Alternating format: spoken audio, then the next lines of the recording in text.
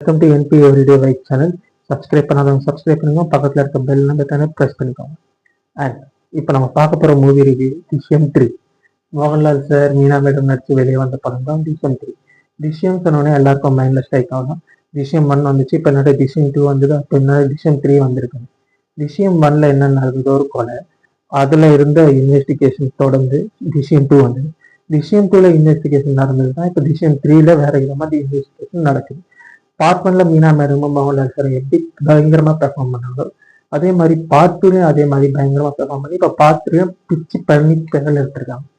ஆனா side characters part 1ல வேற, part 2ல வேற, பார்ட் 3ல வேற.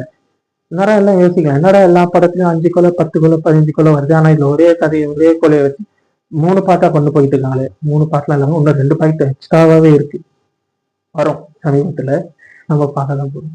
ஸோ இது பக்காவான மோகன்லால் சாருக்கு ஃபேன்ஸ்க்கு ஒரு ட்ரீட். இந்த படம் மியூசிக் சரி, ஸ்க்ரீன் பிளே சரி, விஎஃப்எக்ஸ் சரி, எல்லாமே பெஸ்ட்டாக கொடுத்துருக்காங்க. டைரக்டர் ஃபஸ்ட்டு ஆஃப் வரையும் ஸ்லோவாக போகுது, எல்லாரும் தேட்டரில் ஒரு சேடாக இருந்தப்போ இன்டர்வல் பிளாக்லேருந்து ஒரு ஃபயரை கொண்டு வந்து எல்லாரையும் சீட் எட்ஜ்லேருந்து அப்படியே உட்காரிச்சு கிளைமேக்ஸ் வரையும் கொண்டு போகிறார். கிளைமேக்ஸ் வரையும் கொண்டு போய் அந்த இன்வெஸ்டிகேஷனே சூப்பராக முடிக்க வைக்கிறாங்க.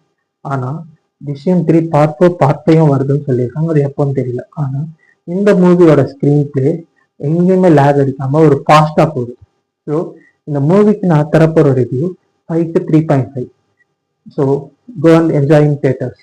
Enjoy and thank you, bye.